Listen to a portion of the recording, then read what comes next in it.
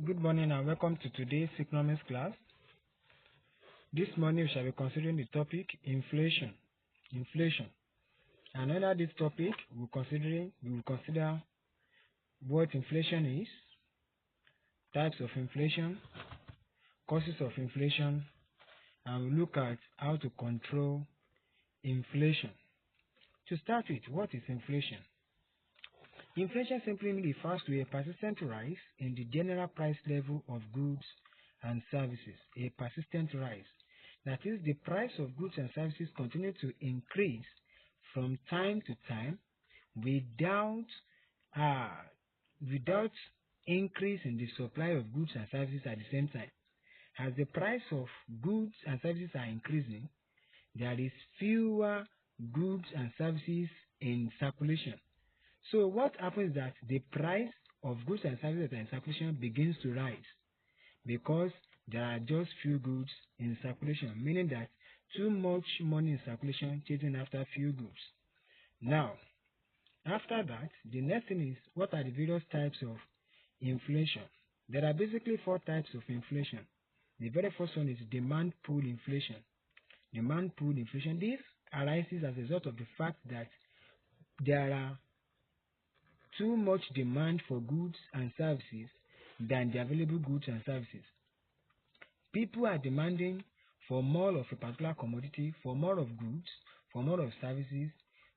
They are willing to pay any amount of money for the goods, for services rendered to them, whereas the number of goods in circulation is lower than the rate at which money is in circulation. So it's when the aggregate demand exceeds the aggregate supply in an economy. Aggregate demand for goods and services exceeds the aggregate supply of such goods and services in an economy.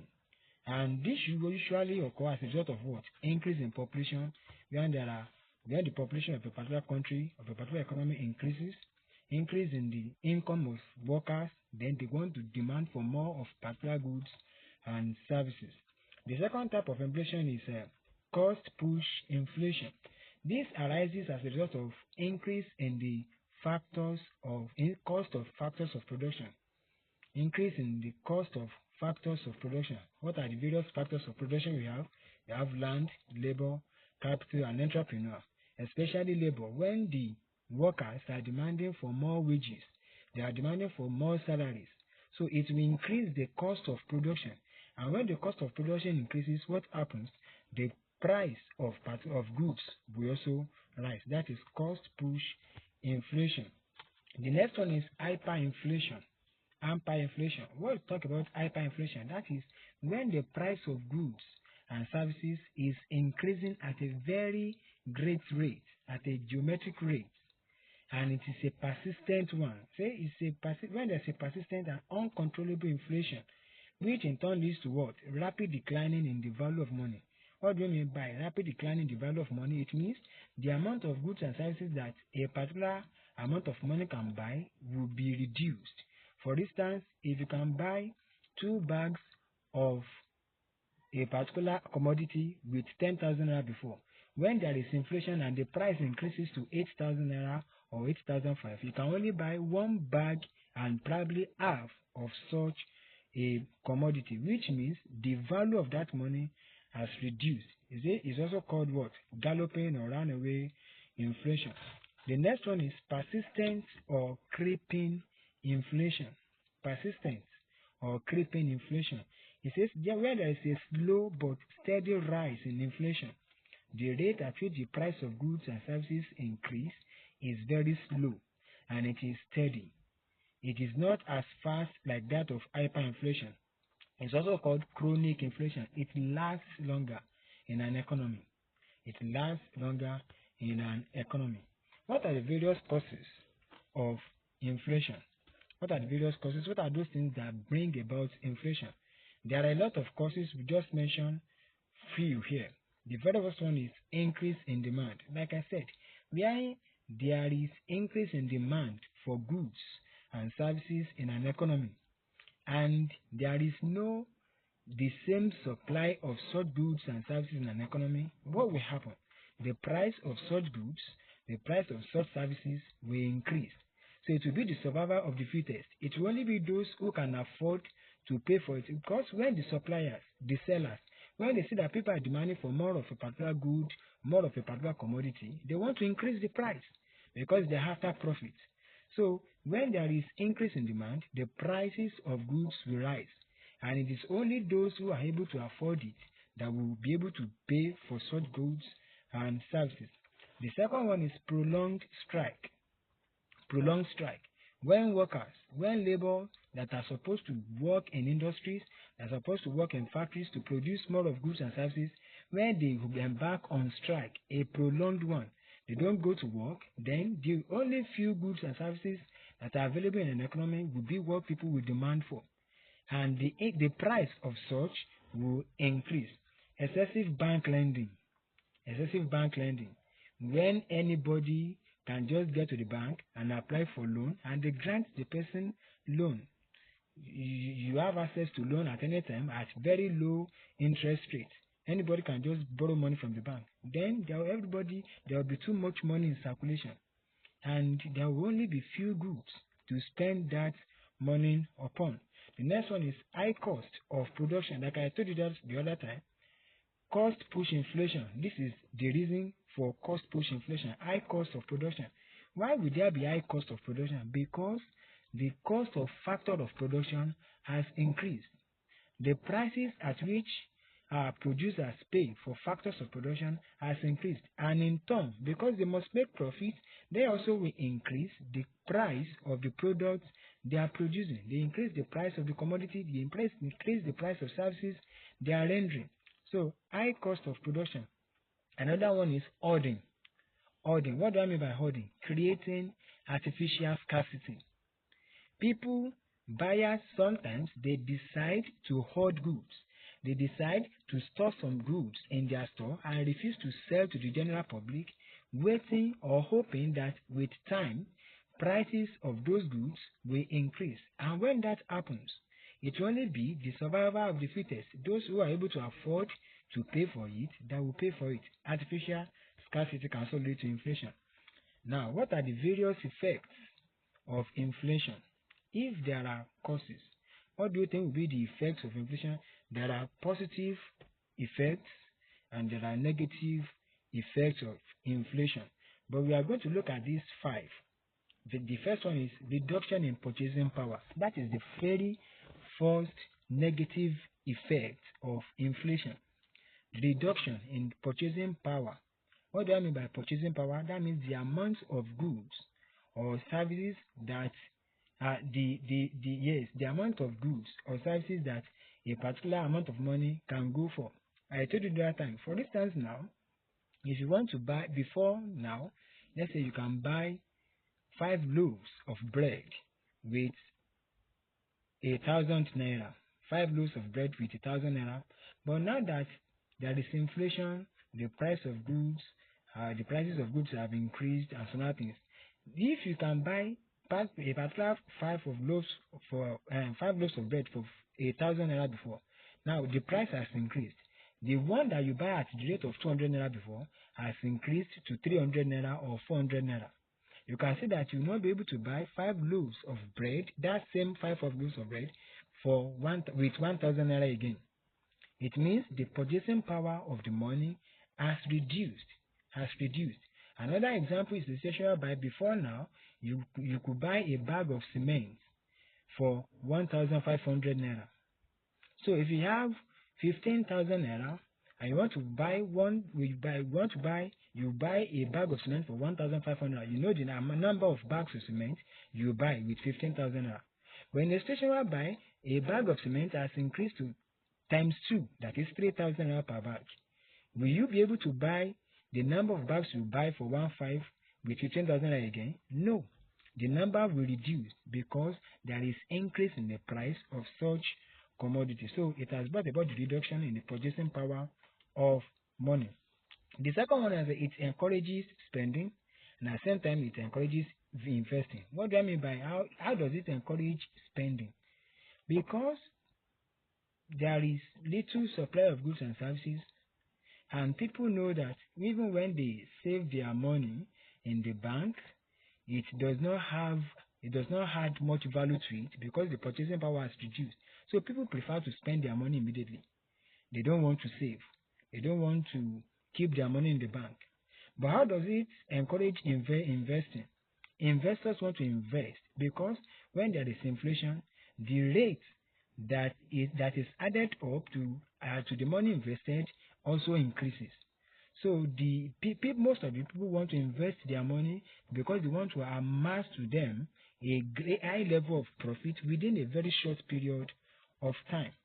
Another thing is inflation leads to more inflation. We said that inflation is a situation whereby there is general rise, there is consistent rise or persistent rise in the general price level of goods and services.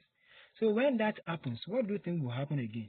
It will only be that the price of goods will continue to increase. Let's say, for instance, you could buy a rubber or a Congo of rice for 600 naira before. When there is inflation, there is no much supply of rice in an economy, and people are demanding for more of rice. The price may first rise from 600 naira to 700 naira, from 700 naira to 800 naira. It will get to a time that only few will be able to pay that 800 naira. And as time goes on, what will happen again?